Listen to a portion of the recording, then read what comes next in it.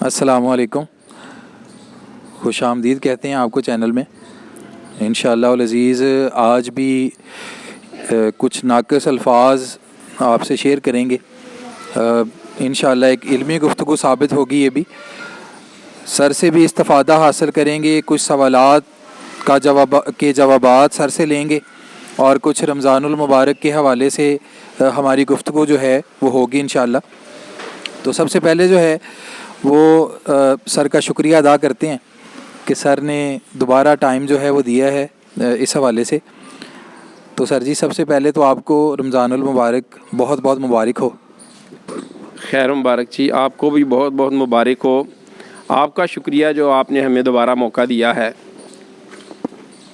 جزاک اللہ سر جی، آپ کا آنا جو ہے وہ باعث فیض ہے، باعث علم ہے ہمارے لیے۔ میں کچھ سوالات جو ہیں وہ سر کے گوش گزار کرنا چاہوں گا، اور جس طرح پچھلی ویڈیو میں بھی سر نے بڑے اچھے انداز میں ماشاءاللہ سے ان سوالات کے حوالے سے ہماری رہنمائی فرمائی تھی، تو آج بھی کچھ سوالات جو ہیں رمضان المبارک سے ریلیٹڈ میں سر کے سامنے رکھوں گا۔ تو سر، سب سے پہلا میرا سوال ہے کہ آج کل بازاروں میں سناٹا کیوں چھایا ہے؟ جی، رمضان کی آمد ہے، اور جہاں تک میرا خیال ہے کہ اس مبارک مہینے کے حوالے سے ہر خاص و عام کو، کم علم والوں کو بھی اس کی اہمیت کا اندازہ ہے، اور وہ مساجد کا رخ اختیار کرتے ہیں۔ ویسے تو رمضان مبارک کے علاوہ بھی نماز پورا سال ہر دن 12 ماہ جو ہے نا ہم پر یہ فرض ہے، لیکن لوگوں کو اس بابرکت مہینے کے بارے میں کچھ علم ہے کہ اس مہینے میں اللہ تعالیٰ کی خاص رحمتیں نازل ہوتی ہیں، اور اس لیے وہ مساجد کا رخ اختیار کرتے ہیں اور ان رحمتوں کو حاصل کرنے کے لیے کوشش کرتے ہیں۔ لیکن اس کے ساتھ ساتھ یہ بھی افسوس سے کہنا پڑتا ہے کہ یہ رونقیں بھی رمضان مبارک کے ابتدائی چند دنوں میں ہوتی ہیں، پھر لوگ اپنی معمول کی زندگی میں آ جاتے ہیں، اور پھر آخری دنوں میں پھر رونقیں لوٹتی ہیں، جبکہ یہ پورا مہینہ اور پورا سال ہی ایسی رہنی چاہیے۔ رمضان میں ہمارے جو علماء ہیں وہ نیکیوں کے اجر کی طرف کافی رغبت دلاتے ہیں، اور بلا شبہ رمضان المبارک میں نیکیوں کا جو اجر و ثواب ہے وہ انتہا سے زیادہ بڑھ جاتا ہے۔ لیکن کیا رمضان میں کیے گئے گناہوں کی سزا بھی ہے؟ اور اگر ہے تو وہ کس قدر ہے؟ یہ ہمارے علماء اس طرف جو ہے ہماری توجہ مبذول نہیں کرواتے، صرف نیکیوں کے اجر و ثواب کی طرف جو ہے ہماری توجہ رکھتے ہیں، جبکہ گناہوں کی جو سزا ہے اس کا تذکرہ نہیں کرتے۔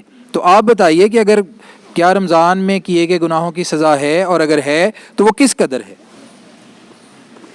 جی، اس میں کوئی شک نہیں کہ رمضان المبارک میں اللہ تعالیٰ ہماری نیکیوں کا جو اجر ہے، ثواب ہے، وہ کئی گنا بڑھا دیتا ہے، جیسا کہ نوافل کا ثواب فرضوں کے برابر ہو جاتا ہے۔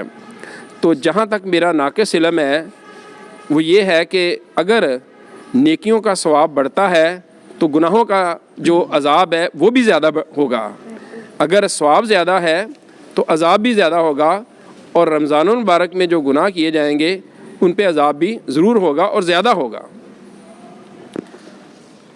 انسان ہمیشہ شکوہ کناں رہتا ہے، اور وہ اپنے اعمال بد کا ذمہ دار جو ہے وہ شیطان کو گردانتا ہے۔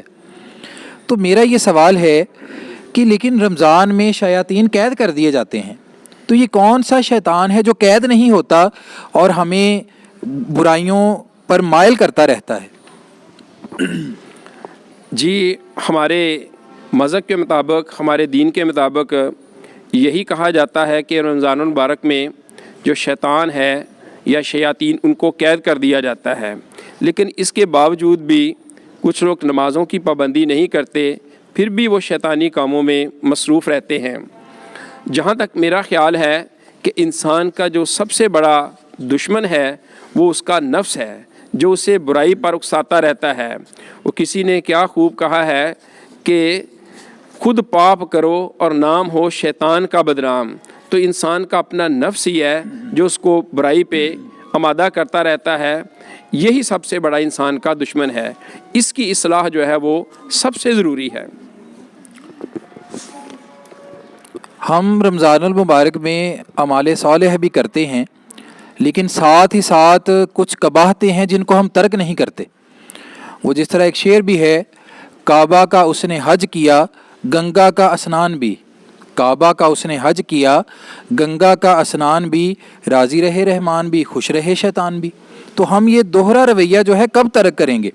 یعنی ہم رمضان المبارک آنے سے پہلے ایک دوسرے کو یہ اخلاقی اور اصلاحی میسج بھیجتے ہیں کہ اگر کسی کے موبائل پہ کوئی گانوں والی رنگ ٹون لگی ہے تو اسے بدل لے۔ مقصد کیا ہوتا ہے کہ سننے والا جو روزے دار ہے اس کا روزہ متاثر نہ ہو۔ تو کیا میرا یہ سوال ہے، کیا موسیقی جو ہے وہ دیر پا ترک نہیں کر دینی چاہیے؟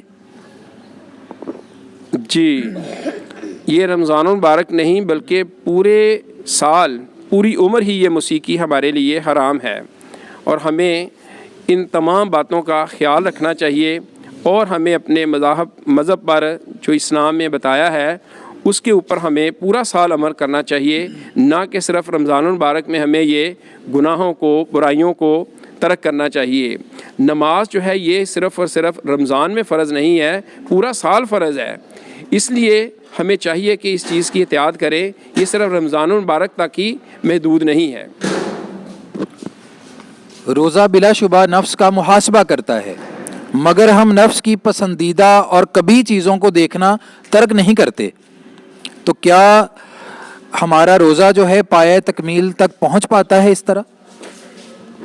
جی، روزہ جو ہے یہ صرف اور صرف یہ کھانا پینا ترک کر دینا، اس کا نام روزہ نہیں ہے، بلکہ ہمارے جسم کے ہر حصے کا روزہ ہے۔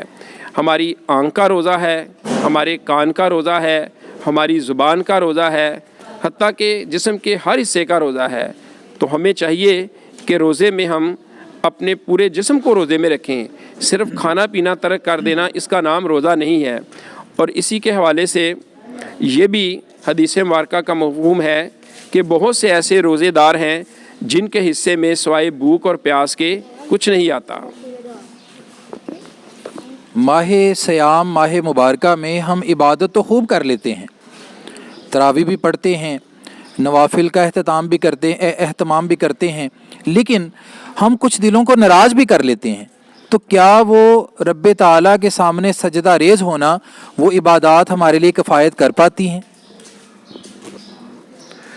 اگر ہم انسانوں کو ناراض کرتے ہیں اور رب کو راضی کرتے ہیں تو یہ ایسے ہو ہی نہیں سکتا، کیونکہ اللہ کو اپنی مخلوق سے بہت پیار ہے۔ ہمیں انسانوں سے پیار پہلے کرنا چاہیے۔ وہ کیا کہتے ہیں کہ مندر ٹا دے مسجد ٹا دے، جو کچھ ٹائندہ ٹا دے، پر ایک بندے دا دل نہ ٹاویں، دلاں وچ رب وسدا۔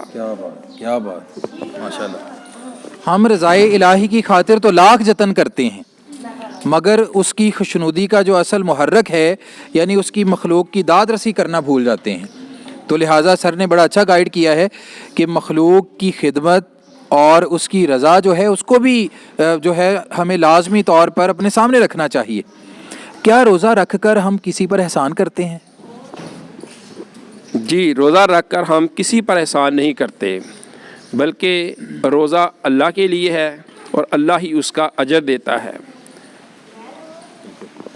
اکثر یہ سننے میں آتا ہے کہ اکثر احباب جو ہیں وہ یہ کہہ رہے ہوتے ہیں، جی مجھے روزہ لگ رہا ہے، مجھے روزہ لگ رہا ہے۔ تو کیا یہ کہنا درست ہے؟ جی، یہ کہنا کہ مجھے روزہ لگ رہا ہے یہ بہت ہی غلط ہے، کیونکہ روزے کا اجر اللہ نے دینا ہے اور وہ اللہ جانتا ہے، اس کو ہمارے دلوں کی خبر ہے، لہٰذا یہ شکوہ کرنا کہ روزہ لگ رہا ہے یہ بہت ہی غلط ہے۔ بالکل، اور ہم نے جو پڑھا ہوا ہے تاریخ میں کہ صحابہ اکرام روزہ رکھ کر جنگیں لڑا کرتے تھے، یعنی بھوک پیاس کی شدت انتہا پر پہنچ جاتی ہوگی، لہٰذا ہمارے اندر یہ جو ہے یہ ایک خامی پائی جاتی ہے کہ ہم روزہ تو رکھ لیتے ہیں لیکن ہم ایسا کرتے ہیں، ایسا ظاہر کرنے کی کوشش کرتے ہیں جیسے ہم نے کوئی بہت بڑا مارکا سر انجام دے لیا ہو۔ لہٰذا اس حدیث پاک سے آج کی گفتگو کا اختتام کریں گے۔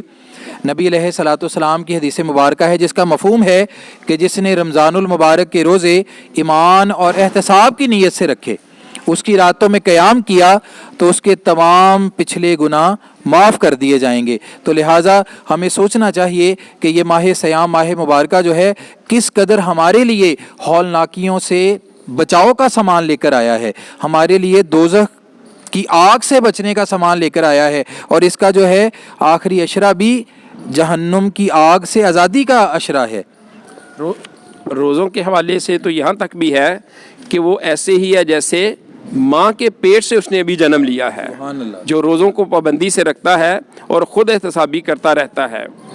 تو اس کے ساتھ ہی ہم آج کی ویڈیو کا اختتام کریں گے۔ اللہ حافظ۔ اللہ حافظ۔ اللہ حافظ، اللہ نگہبان۔